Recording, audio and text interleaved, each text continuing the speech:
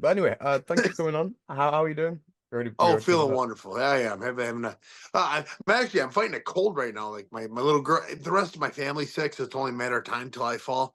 But I'm feeling a little bit right now. I think colds go around all over the world at the moment. It's not very Yeah, good. I can imagine it's probably, I don't know, COVID 57 or something. Yeah, one of those. But congratulations on your win. It was a little while ago now, but obviously Yeah. it's a big one. Oh, absolutely. Thank you. You defended your title. Obviously, the last one was a no contest, so I wondered what your thoughts on that were because it was a weird one. The no contest was a real weird one. Yeah, so I won the title in December. In February, I defended the title, but he headbutted me, so I got called no contest, which is fine. He headbutted the shit out of me. I mean, it was a rough moment for me. But I got that rematch, or I was still the champion. He got the rematch, and we fought again in July, and I whooped the taste out of his mouth. I made it apparent as to why he needed to headbutt me the first time. No, I mean, did you learn anything on the first one? Obviously, you got the rematch. You'd already fought him once, and you got some Uh, reads on him. yeah. Well, so 20 minutes before that first fight, I broke my foot. In the warm-up room, I broke my foot, and I broke it bad. I went out there, tougher and smarter. That's my new motto. I went out there and said, I'll be fine. I'll be fine. And even with that broken foot, I beat him up. I chased him. I literally chased him around the ring. And if it wasn't for the headbutt, I still feel I would have won, but it was a rough headbutt. No, it's fair. I didn't know you broke your foot though. I haven't heard that. Oh, really? Oh, it was all the rage for a minute. No, the event was on a beach in Mexico. They had the warm up rooms. They built a platform. Whoever built the platform, which was a third party, not Karate Combat, built it poorly. So there were two planks. They weren't. There was a little gap in between them. And then they put mats on top. Half my foot went into a gap, and it just snapped my foot right in half. And we've got video evidence of it and all that, and it was pretty bad. Are they going to do anything about that? Because that shouldn't happen. Yeah, they paid me 100% for the fight. They said, our bad. And then we got the rematch. So that was Yeah, back in February, I want to say. that's really bad though. Getting someone doing something like that in a sport like this, you shouldn't be making mistakes like that. That's a big Yeah, mistake. no, they felt that. I mean, they felt really bad. They apologized to me for every which way. They hired a third party to Mm. put everything together, to put the stage, the ring, the workout rooms together. And they just slacked on this one little bit. The third party did. It happens, I guess. Obviously, before we carry on talking about karate combat, the stuff I wanted to learn about you first was going way back, like talking about your past growing into martial arts. So, obviously, where you grew up in Wisconsin, right? How did that influence your? I've heard a lot of people that do martial arts come from that sort of area. So, how did that influence your career? Did not at all. Not even a little bit. I had no martial arts training before starting fighting. I didn't even start training for martial arts until I was 4-1 or 5-1 as a pro. I just started doing it, and eventually somebody said, "Hey, we'll pay you." I said, "I'll let you do it." Said, and then I was a pro. I just fought because I enjoyed doing it, and eventually I made some real money at it. Well, you're seen as one of the pioneers in this sort of sport in the modern era. Um, so obviously, what were your like early inspirations? And obviously, if you weren't growing up Jackie into it, Chan and the Ninja Turtles. That was it. It was, yeah. I like I said, I didn't even watch boxing. To me, the fighting was Jackie Chan and the Ninja Turtles. That's roughly based what real fights would be. And turns out they aren't. But yeah, it just kind of. I was always interested. I was always convinced I could do what they do. And eventually, they put me in the cage, and it turns out I couldn't. But I put together what I could do, and I put that together real well. was there a Ninja Turtle in specific that was your All right, so inspiration? Donatello is the best Ninja Turtle, but there's like science behind this. Actually, there was an NES Nintendo system. There's a Ninja Turtles game. The game is next to unbeatable. Like you cannot beat this game. But the best chance you had was Donatello because his weapon was the longest. And so Donatello was my character in that game, and now he's my favorite in real life too. What made you originally start fighting? The money then you said, or did you like fighting before? Like I'm Nope. not in martial arts, but Nope, you know. I've never fought outside of the cage. I don't have a good origin story. Just some guy said, "Hey, you want to fight?" I said, "Yeah, okay." He said, "Sounds great." Then I stepped in the cage, and I didn't know the rules. I ruined this guy's face. Like I smeared his nose from one side to the other. He fell over, and I celebrated. Not the rules. Rules are he can get back up and beat me up, which he did. That's fair. This is, usually people have some sort of influence, but that's a strange one. Someone just said you Yep. want to do it, and you were like, yeah, that's fine. Yeah. I was an amateur for 7 fights. It took about 3 months. I fought in Russia, fought 3 fights in one night. And then somebody said, "We'll pay you if you fight for us." I said, "Okay." and then I fought for like $200 and some gas, and I did that for a long time. Well, obviously, you've come a long way since then. Obviously, you've done middleweight, light heavyweight, heavyweight. Changing between those weight classes, there must have been a lot of transitioning. It's a lot of body weight to change, a lot of mass to carry, changing in each Right one. now is my so right now is my biggest change since going to karate combat. I'm now, it's called heavyweight, but it's light heavyweight. I have to be 205, but I want to be a real 205er. So as soon as I left the UFC, I gained 30 pounds. I've been living in the weight room. I live in there. I lift everything. And it's an everyday thing. I wake up, I take my kids to school, I go and lift for an hour and a half, then I go to jiu-jitsu or striking or sparring or whatever it is I'm going to. Has your training evolved as time goes on? Yeah. At this point, I'm an old dog. Like, I'm gonna do what I'm gonna do.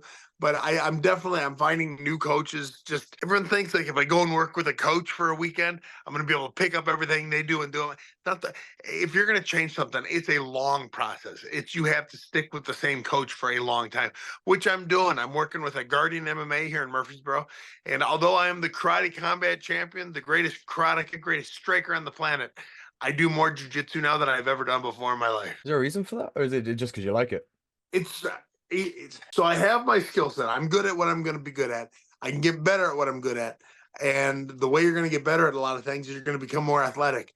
And outside of wrestling, there are a few things that'll make you more athletic than jiu-jitsu. See, speaking of all the different weight classes as well, the main thing that I'm interested to ask you is your opinion between all the different promotions you fought in. Because like I said, you're seen as one of the modern era pioneers.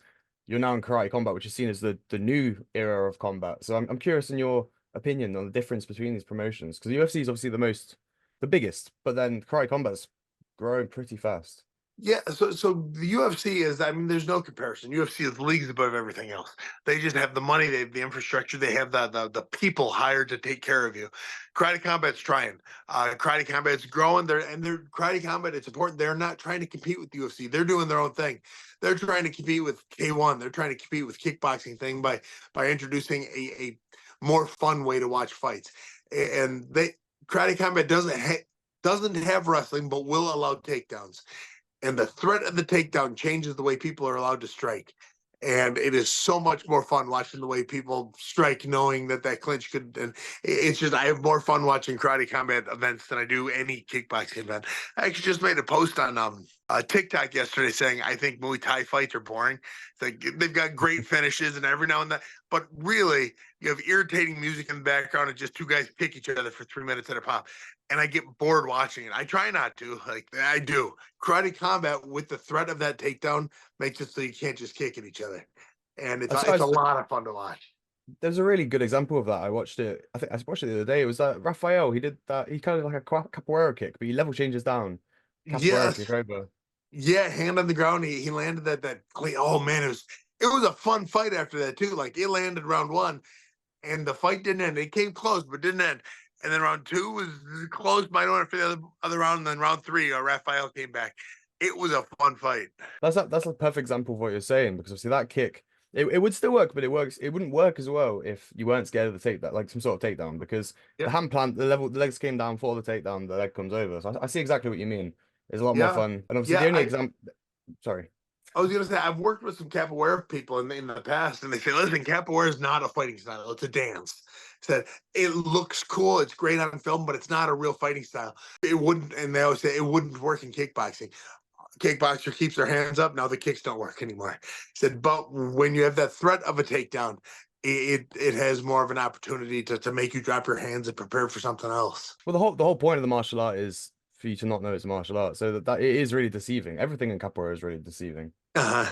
It is, but, and it's a lot of fun to watch. Like when you see it land, like, and you don't see it land often, but like this weekend, that is what everybody thought. And the card was filled with glorious knockouts. But that's the movie everyone's talking about.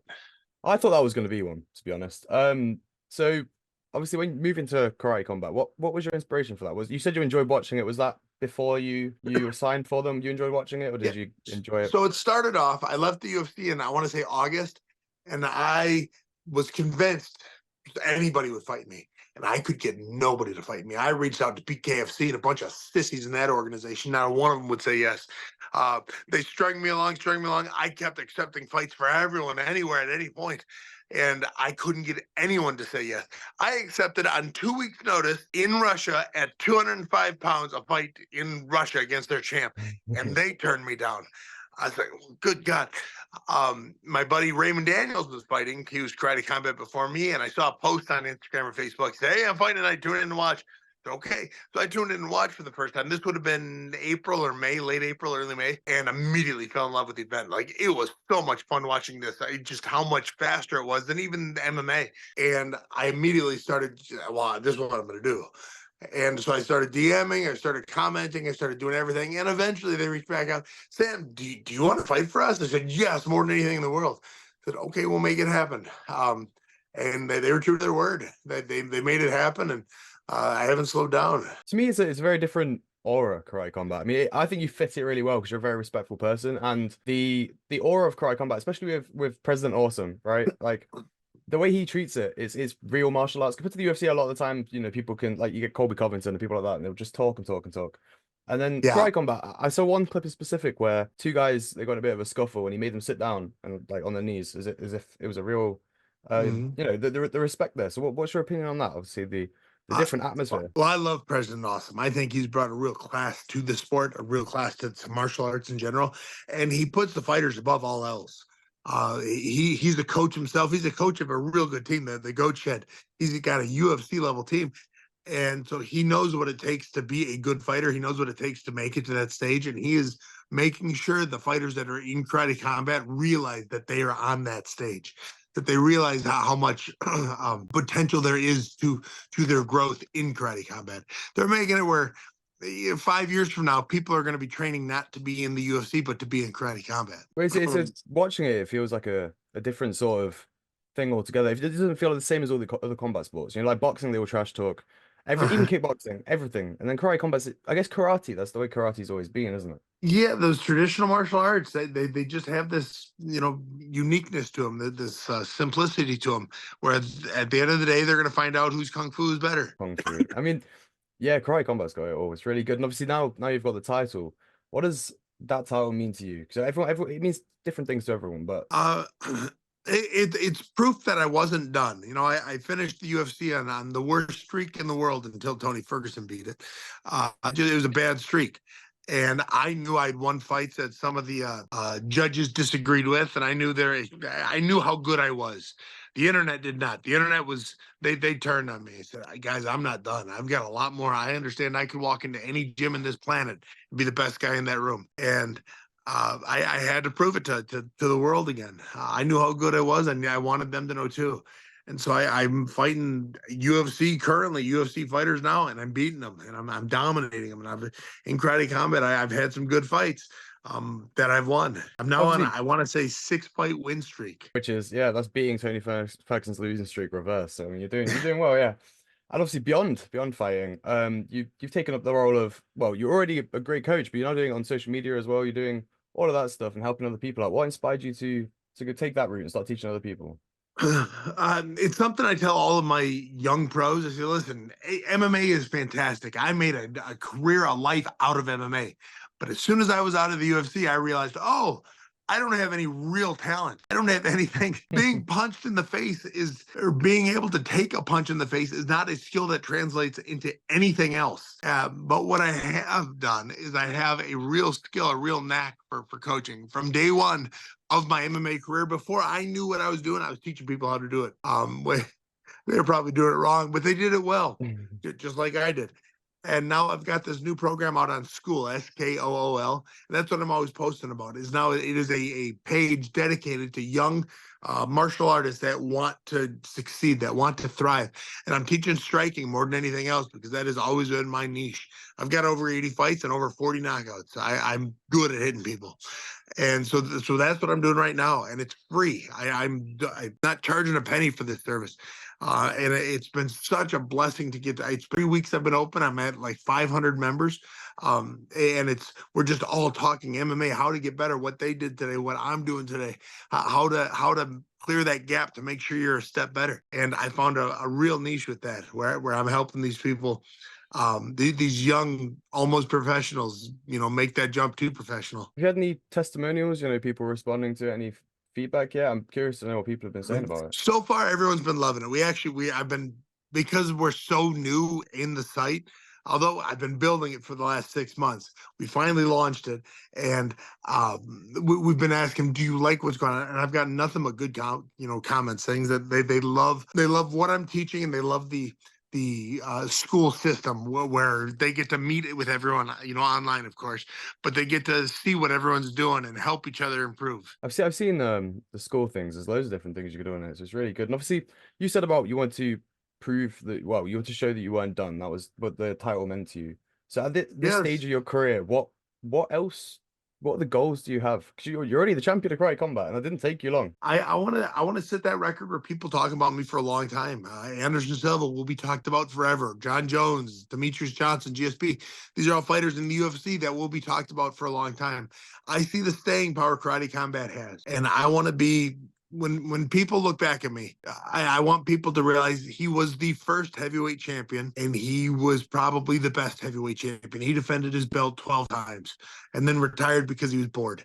That's what I want it to be. I want to have the longest, most dominant career in karate combat that people are talking about for a long time to come. So I've got two final questions, and one of them's you're the perfect person to answer, I think, with your experience, as you were saying. So obviously, looking back at your career so far, what are the most significant lessons you've learned inside and outside the ring, do you think? One is the internet sucks, or at least people on the internet suck. It's an important lesson. People always say it, but they don't really understand it. Like they say, "Oh yeah, people are." It's because they had a troll say something. I've had thousands of trolls come at me. For some reason, I've had like 4 or 5 death threats in my DMs. Like it's like, good God, I've done nothing but lose in fights in MMA and have a successful career before that. And the level of pettiness that the internet knows, it made me truly believe, this is the other lesson, is that this world would be a better place if everybody had the fear of getting punched in the face. This world would be so much better if you could punch someone in the face. This level of arrogance that the internet has given people, it should be humbling to the people, knowing they will never be good at anything, and they take it out on the internet with fear. How do I say it? Free of the fear of consequence. The keyboard warriors, that's what they say, right? Yes, and it's everyone says it, even if they are one. They don't fully realize that it's strange. Like they're sad people, and they don't want to admit it, but they are. And if they were to spend one day in an MMA gym, in a boxing gym, doing anything remotely well, it would change the way they react on the internet. It would change the way they communicate with people. Does it affect you? Obviously, I can't say for all fighters because it affects different people differently, but did it affect you when people were doing stuff like that? No, not in the slightest. I know 10 years from now, they will still know my name. And 10 years from now, I will still not know theirs. And that's just the way it is, and will always be. For the rest of their lives, they will know who Smilin Sam is. For the rest of mine, I won't know them. So the last thing was, and again, this is, like I said, you're the perfect person for this.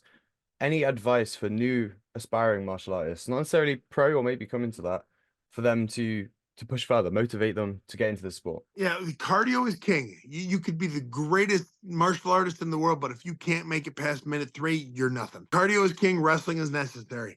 You need wrestling more than you need jiu-jitsu. You need wrestling. Being able to dictate if the fight is up and down changes the fight, changes the way people compete. So take care of those 2 things. Make sure you can keep it up or take it down, and make sure you've got the lungs to do it. And then after that, enjoy it. Enjoy the moment. If you ever make it inside of a cage, let's say you're an amateur. You are still part of the 0.0001% of human history that has ever done this. As small a part as you might think you have in the grand scheme of things of MMA, you are part of 0% of people that have ever done it. Enjoy it. Take pride in what you've done, and take pride in what you've worked to accomplish. Even if you don't win, you put in the work to step in the cage. It's a good point actually. The MMA is such a big sport now, but I don't see that many people practicing it. There's a lot of people that like it. it's huge for us where we, immerse ourselves in it. We train it. I don't know if you train, but we train it. We watch it. We love it. Everything we talk about is MMA something or other, but it is nothing compared to every other sport. I mean, what's that Indian sport? Not badminton. It's like baseball, but ball hits the ground. Oh shoot! It would have been a better story if I remembered what it's called. There are sports out there that I can't even remember what they're called that are bigger than MMA by millions, by billions potentially. But MMA is growing. It has a sport. Combat sports will always be here. After the aliens invade, we will still have combat sports. We may not have baseball or what the hell is it called? Badminton might be badminton. What'd you do? What'd you do in it? It's very similar to baseball. But cricket? That's the one. Cricket. Yes. Yeah. Yes. Cricket. I can't remember what it's called, and it is so much bigger than MMA is. But combat sports are forever. Cricket will come or go. The way you talk about martial arts is really interesting. Because I had a chat with Robin Black once, and he talked about it in a different way to everyone else. Very philosophical, and you have the same sort of ring to your voice when you talk about it. Yeah, I love Robin. He's great. Now we kind of work together to try to comment, but I've known him for years. No, he's got a passion for the sport too. He understands that the combat sports it was the first sport and it'll be the last sport. It's the one thing that people will always be entertained with. No, I agree with you. You become a better person because of doing it. And if the aliens do invade, you'll want the people that do combat sports. What's that? If the aliens do invade, like you said, you'd want the people that do combat sports. I will beat the brakes off ET. But no, thank you for your time. This has been a really, really fun chat. Oh, no, thank you, my friend. We can do it again whenever you'd like. Oh, after a fight would be a good one. That would be a nice idea. Let's make it happen. Awesome, man. Well, thank you for your time. I'll end the recording here. It's been awesome. All right, you're very welcome. Have a good one, my friend.